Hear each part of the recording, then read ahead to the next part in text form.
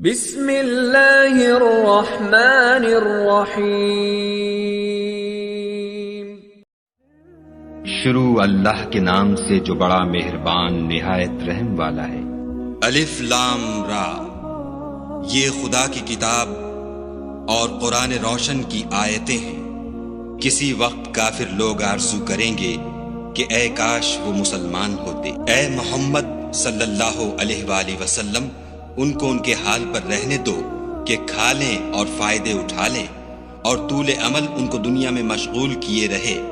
ان قریب ان کو اس کا انجام معلوم ہو جائے گا۔ اور ہم نے کوئی بستی ہلاک نہیں کی مگر اس کا وقت مرقوم و معین تھا۔ کوئی جماعت اپنی مدت وفات سے نہ آگے نکل سکتی ہے نہ پیچھے رہ سکتی ہے۔ اور کفار کہتے ہیں کہ اے شخص جس پر نصیحت کی کتاب نازل ہوئی ہے، تو دیوانہ ہے۔ اگر تو سچا ہے تو ہمارے پاس فرشتوں کو کیوں نہیں لے آتا؟ کہہ دو ہم فرشتوں کو نازل نہیں کیا کرتے مگر حق کے ساتھ، اور اس وقت ان کو مہلت نہیں ملتی۔ بے شک یہ کتاب نصیحت ہم ہی نے اتاری ہے اور ہم ہی اس کی نگہبان ہیں۔ اور ہم نے تم سے پہلے لوگوں میں بھی پیغمبر بھیجے تھے، اور ان کے پاس کوئی پیغمبر نہیں آتا تھا مگر وہ اس کے ساتھ استہزاء کرتے تھے۔ اس طرح ہم اس تکذیب و ضلال کو گناہ گاروں کے دلوں میں داخل کر دیتے ہیں، سو وہ اس پر ایمان نہیں لاتے، اور پہلوں کی روش بھی یہی رہی ہے۔ اور اگر ہم آسمان کا کوئی دروازہ ان پر کھول دیں اور وہ اس میں چڑھنے بھی لگے تو بھی یہی کہیں گے کہ ہماری آنکھیں مخمور ہو گئی ہیں، بلکہ ہم پر جادو کر دیا گیا ہے۔ اور ہم ہی نے آسمان میں برج بنائے اور دیکھنے والوں کے لیے اس کو سجا دیا، اور ہر شیطان راندہ درگاہ سے اسے محفوظ کر دیا۔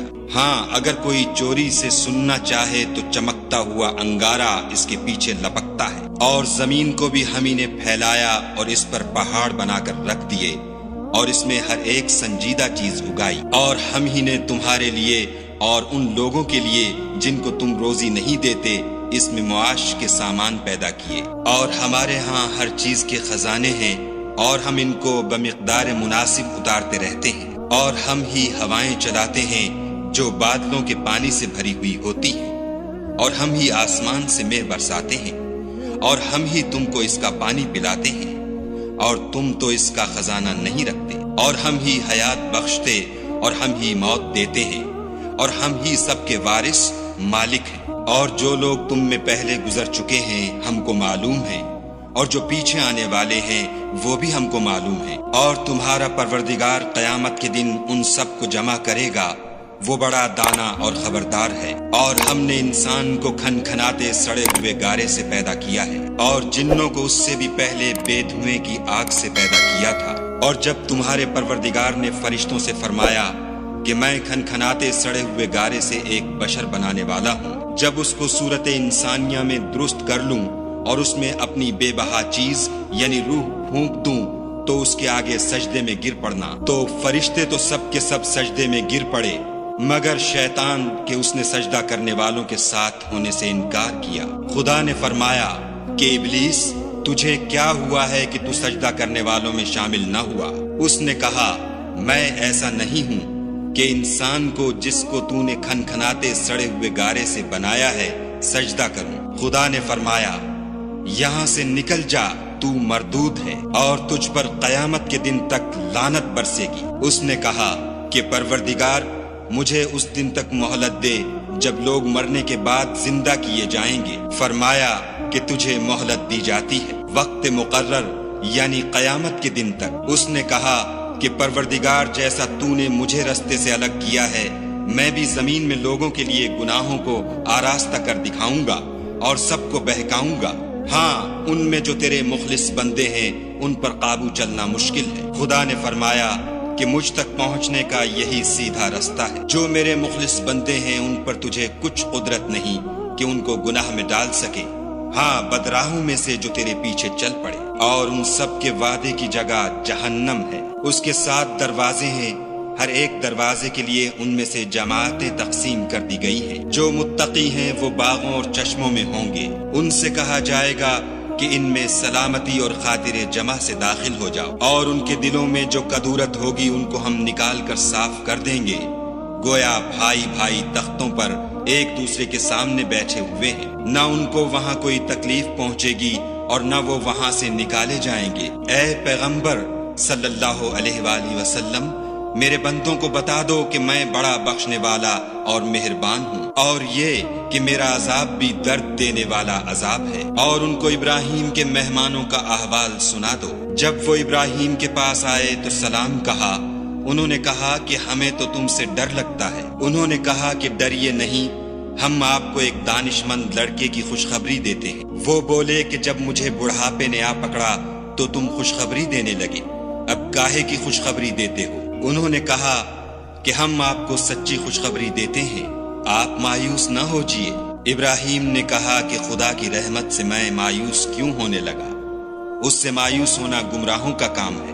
پھر کہنے لگے کہ فرشتوں تمہیں اور کیا کام ہے؟ انہوں نے کہا کہ ہم ایک گناہگار قوم کی طرف بھیجے گئے ہیں کہ اس کو عذاب کریں، مگر لوط کے گھر والے کہ ان سب کو ہم بچا لیں گے، البتہ ان کی عورت کہ اس کے لیے ہم نے ٹھہرا دیا ہے کہ وہ پیچھے رہ جائے۔ پھر جب فرشتے لوط کے گھر گئے تو لوط نے کہا تم تو ناآشنا سے لوگ ہو۔ وہ بولے کہ نہیں، بلکہ ہم آپ کے پاس وہ چیز لے کر آئے ہیں جس میں لوگ شک کرتے تھے، اور ہم آپ کے پاس یقینی بات لے کر آئے ہیں اور ہم سچ کہتے ہیں۔ تو آپ کچھ رات رہے سے اپنے گھر والوں کو لے نکلیں اور خود ان کے پیچھے چلیں، اور آپ میں سے کوئی شخص پیچھے مڑ کر نہ دیکھے، اور جہاں آپ کو حکم ہو وہاں چلے جائیے۔ اور ہم نے لوط کی طرف وحی بھیجی کہ ان لوگوں کی جڑ صبح ہوتے ہوتے کاٹ دی جائے گی، اور اہل شہر لوط کے پاس خوش خوش دوڑے آئے۔ لوط نے کہا کہ یہ میرے مہمان ہیں، کہیں ان کے بارے میں مجھے رسوا نہ کرنا،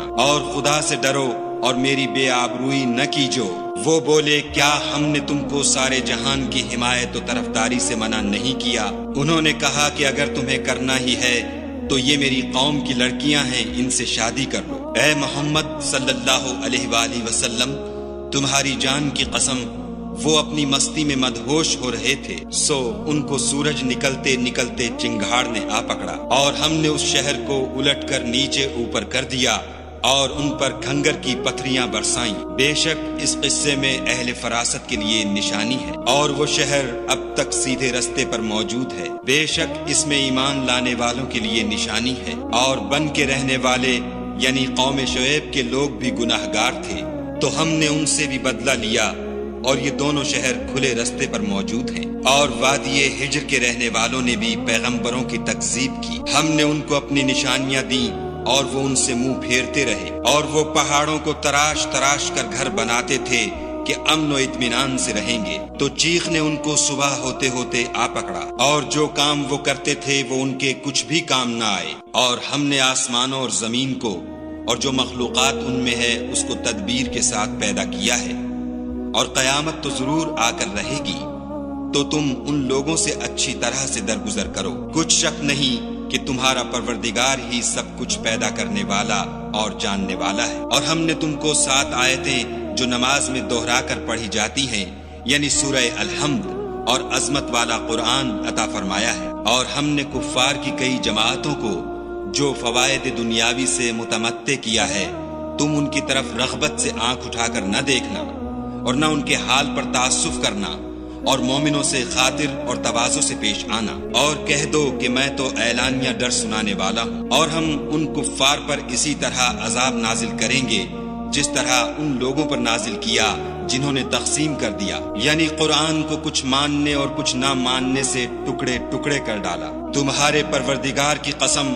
ہم ان سے ضرور پرسش کریں گے ان کاموں کی جو وہ کرتے رہے، بس جو حکم تم کو خدا کی طرف سے ملا ہے وہ لوگوں کو سنا دو، اور مشرکوں کا ذرا خیال نہ کرو۔ ہم تمہیں ان لوگوں کے شر سے بچانے کے لیے جو تم سے استہزاء کرتے ہیں کافی ہیں، جو خدا کے ساتھ اور معبود قرار دیتے ہیں، سو عنقریب ان کو ان باتوں کا انجام معلوم ہو جائے گا، اور ہم جانتے ہیں کہ ان کی باتوں سے تمہارا دل تنگ ہوتا ہے، تو تم اپنے پروردگار کی تسبیح کہتے اور اس کی خوبیاں بیان کرتے رہو، اور سجدہ کرنے والوں میں داخل رہو، اور اپنے پروردگار کی عبادت کیے جاؤ یہاں تک کہ تمہاری موت کا وقت آ جائے۔